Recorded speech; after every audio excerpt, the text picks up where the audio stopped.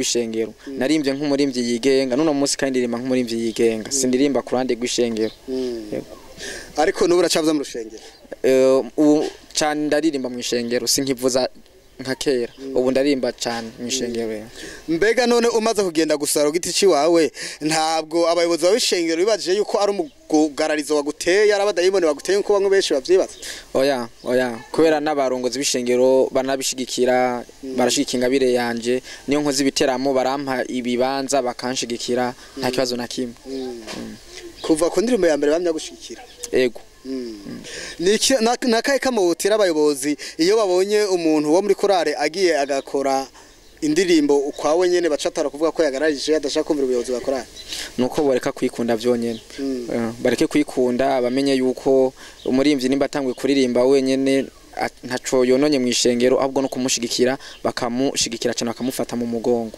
kugira nawe ashobore gushika kure yego nakaye kamutera abantu bafite izo ngabire ariko bakaguma batinya bumva ko badashoboye nibaza gituma umuntu atinya akiyumva kadashoboye nuko igihe cyo kiba kitaragira kwera ibihe nivyo bitugira abo turi mbega kuririmba kwawe wagufashe nk'umwuga canke wagufashe nko kugira wiryohere gusa nyene bisanzwe kurimba kwanje nagufashe nk'inzira imwe ishobora kumfasha mu gutanga ubutumwa gushikana message yanje kuri mbega uravye muri commentaire zawe kuri YouTube no kuri Facebook hari abantu bakubwira ko bahinduwe n'indirimbo zawe no mu WhatsApp baranyandikira ariko sinibaza ko indirimbo zibahindura nibaza ko ari message ziri mu ndirimbo zibahindura amamwe mu yera akabakora ku mitima yabo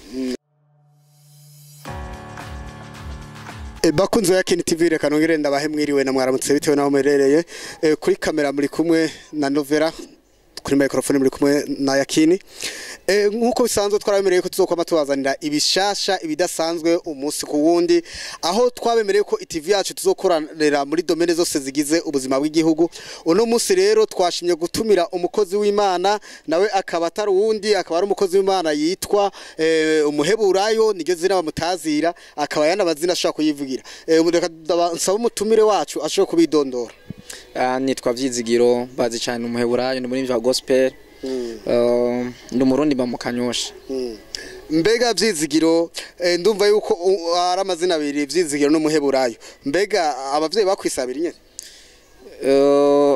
abavyeyi amazina yabanyise ni Gilbert Vyizigiro mugabo irizwi cyane ni umuheburayo maze kwinjira muri carrière yo kuririmba mbega umuheburayo kugira ririnde riri guseruka ko vyagenze gutegira wisange usiye witwa umuheburayo no kwitahura ko nkomoka kuri Abraham se kuzamahanga akaye n'umuheburayo mbega Vyizigiro ni ryari yakiriye agakiza kugira rindashika kuri iyo ntambwe yo kwitwa umuheburayo nakiriye agakiza mwaka 2012 mbatijwe mbere yuko ubatizwa warusanzwe usengera Methodiste agize libre Methodiste none ko Methodiste duzi ko basanzwe ari abakizwa nabo ariko uno munsi kavuze ngo wakira agakiza mu mwaka 2012 mbega vyagenze gute wakira agakiza mu mwaka 2012 nige warusanzwe kandi usenga muri Methodiste nuko ubwa mbere navuke mu muryango kijijwe hanyuma ndatahura yuko kuvukira mu muryango kijijwe no kwakira agakiza bidasa bitandukanye niko guca nja kwiga urubatizo hanyuma ndabatizwa nakira umwami Yesu umukiza mu bugingo bwanje pana na Kristo nzuranwa nawe mbega umuntu baravuga ko yakijijwe kandi agakiza umuntu abafise icakizwa mbega we wakijijwe mu bisanzwe twese twavukanye ibyaha by'inyanduruko urumva rero ko atamura ashobora kuricakizwa kwera twese tuvukana ibyaha by'inyanduruko impera y'icyaha cy'inyanduruko ariko umuntu akizwa icazi kandi baza ko icyaha cy'inyanduruko atari cyo Imana izohora abantu ariko Imana izohana abantu bahoye ibyaha bakoze mbega wewe wakijijwe ico cyaha cy'inyanduruko cyangwa wakijijwe ivyo wakoze by'iwawe ukwemera kwanje kuranyemeza yuko ikitwa icyaha cyose ni icyaha kandi kizotuza kubona ubwami bw'Imana kandi navuze ko nakijijwe nkabatizwa ariko ntabwo bisigura ko ntacumura ndemeza yuko nanye ncumura kubera mba mpagaze ahantu mwami wa Satani ukigera ariko gusa ico ntandukaniye ko kuko je nsanzwe mfise akabuto kamwemera namaze ko active muri jewe mwemuyera ambera umwitsa kanyereka ko nakoze ibihesha Imana icubahiro nkihana muri ico gihe umaze kubatizwa amazi menshi nico gihe wacutangura kuririmba nico gihe n'izina ryahindutse oya imyaka myinshi navuza gitari narumumizishiye mu rusengero hanyuma natanguye kuririmba mu mwaka wa 2019 natanguye kuririmba. Ni ryari wamenye ko ufise ingabire ko uririmba?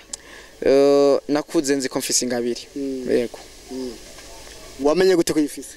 Naravyiyumvamo kuko ndumurimvyi nabikoze ntigeze ndavyiga kandi ndiko ndirimba narimba neza sinarimba contretemps sinarimba orgame navuze amagitari ntavyize bikaza uko nyene casanga mfise yo mpano. Muri make n'ingabire yavuye ku Mana wavyisanzemo nawe? Ni ingabire navukanye ahubwo ngira nonse mu mabere ya mama. Mama n'umuririmvyi? Yarabikunda yari muri kohari. Wavyose mwibere nivyo? Birashoboka.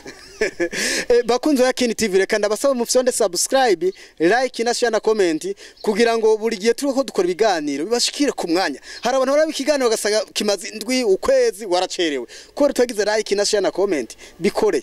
Deka tugaruke ku mutumire wacu. Mbega umaze kumva kufise umamagaro uragiye muri studio ya mbere gusora indirimbo ya mbere. Mbega muri ico gihe ugiye muri studio nibiki vyatawe kunaniza? Insolite yanshikiye umunsi amenja muri studio ntazibagira. Narinjiye kuririmba nibagira kwambara ekuteri.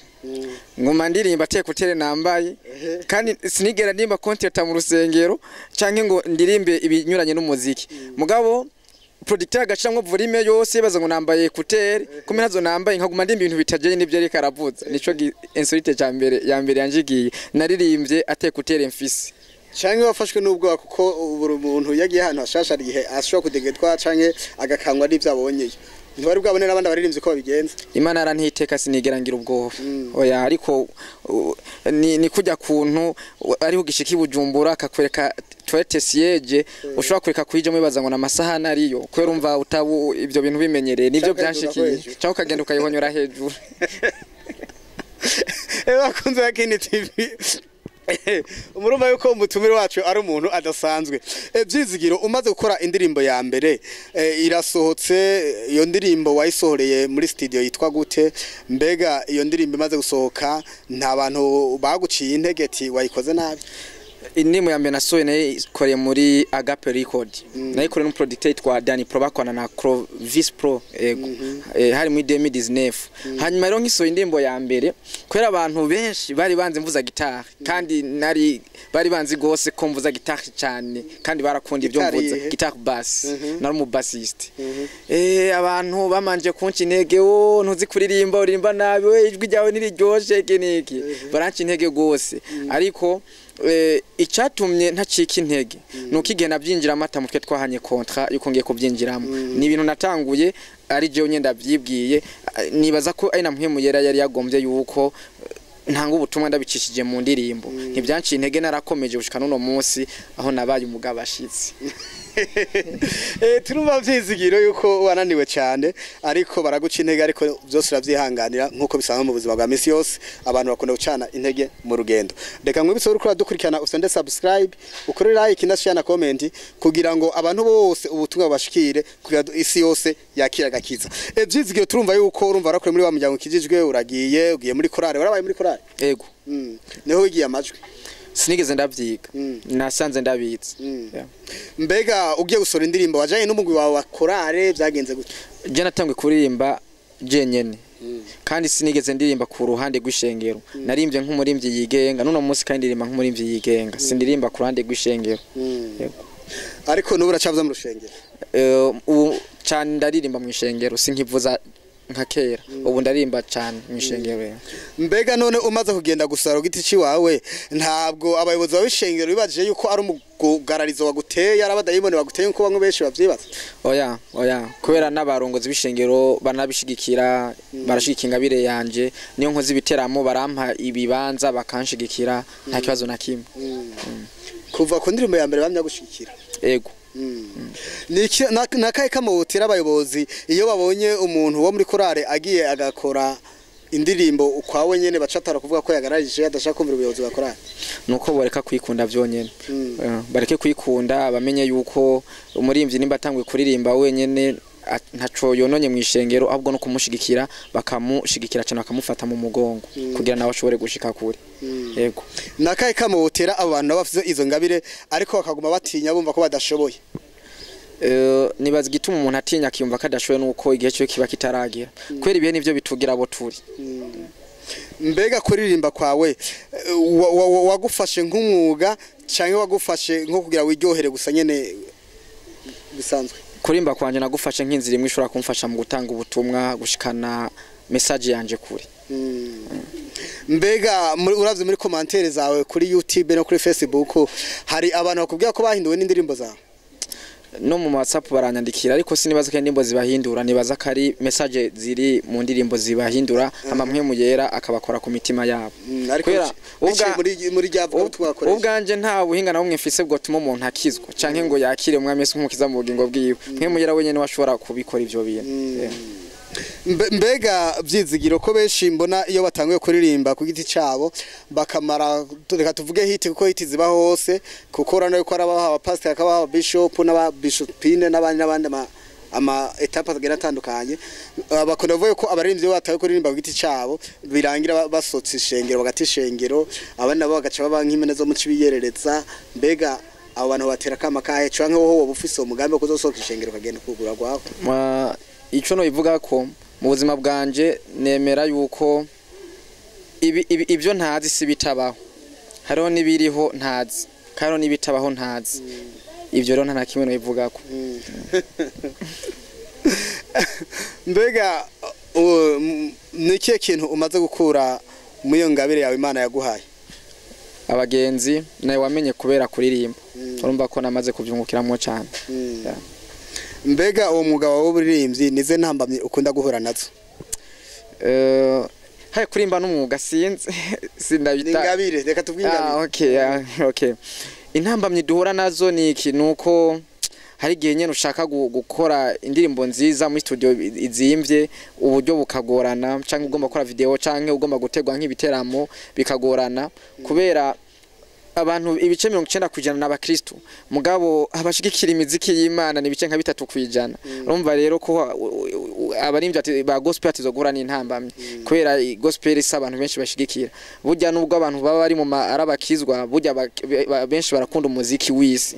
Ivyo rero sineka kubivuga ngo ni kwandi umurimbyi wa gospel muganda abizi yuko benshi bakunda imiziki y'isi kandi uzosanga pastor ato gushigikira mugabo agashigikira umuntu aririmba umuziki w'isi. Tugaruke ku ijambo waruvuze ngo ni 90 kangahe abakizwa? Ni benshi nashatse kwerekana ko abakristo ari bo benshi, abantu bavuga ko abakristo ni benshi mugabo abashigikira ivyo bikorwa bita by'Imana ni baki paraporo yabazi karaba Kristo. Nakaye kama wotera abantu bose bakijijwe muri rusangi tudafatiye ku idini usengamo tudafatiye ku idini zindi nakaye kama wotera abantu abayoboka Imana bose? Je ni nkuko navuze mu ndimbo yanje twamfata abakizwa bose bakwiye gutaba abayoboke b'idini bakibera abayoboke b'Imana vyonyene. Reka tugusabe agapera k'indirimbo uheruka gusohora nziza cyane gose n'abatarayumva yumvireho igiye uheruka gusha kuri YouTube. Mwamakira indirimbo ivuye ku mutima ibumubavu mota neza aho nagenda gusa waranyambitse aho nari nishwe n'inyota umico kunywa umuryango wantererekanye umpoza amarira genda bishingira intaye wewe ntuhemuka. Okay, reka tugushimire ariko imbere yuko tugusezera ngo dukure hane kwa maso nidukurane kw'ingohe reka mbanze ndakubaze akabazo kanyuma. Mbega wavuze urafise lancement ya album yawe ubitegura ryari kugira abariko baradukurikirana bazoze kugushikira? Ni mu mezi abiri ari imbere rero ntiharagira ko tu precisa ukwezi ni tariki ariko mu matugiye kwishira habona nibaza kuva no munsi ku mugoroba ndi kumwe nabo bafasha ibikorwa byanje twaza gutangura gusora ikintu ca mbere cerekana ko dufise oya twaza kugira bayita tracklist ya album donc indimbo zigize album yacu. Arumva rero mu misire twite gisaso. Mbega iyo album izogizwe n'indirimbo zingahe?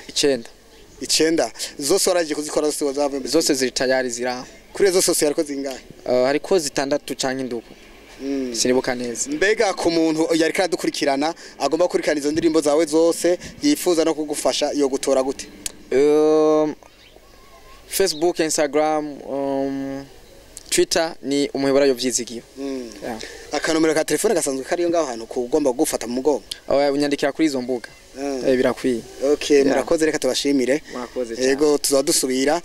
Nagira nibutse abakunzi ba Yakini TV twari kumwe n'umuririmbyi wa gospel akaba yitwa umuheburayo vyizigiro, ayo akaba ariyo mazina y'akazi kiwiwe canke y'umwuga. Kuri YouTube mwavyumvise ko muraba ku muheburayo vyizigiro. Uyo rero niho hari indirimbo zose zitandukanye. Reka nongere mbwire abariko badukurikirana mu fyonde subscribe, like na channel comment. Kuri microphone mwari kumwe na Jewe Yakini, kuri kamera mwari kumwe na Novera. Mwarahezagiwe, Imana bahumugisha. Turabahaye kaze abantu bose bingabire zitandukanye bifuza gukorana ikiganiro na Yakini TV. Turahaye kaze abanyamyuga batandukanye, turahaye kaze abafisa amaransenyema atandukanye, turahaye kaze umuntu wese yifuza kugira marketing anacije ku rubuga rwacu. Mwarahezagiwe, dufatane mu nda hamwe na Kristo tuzoshika kure.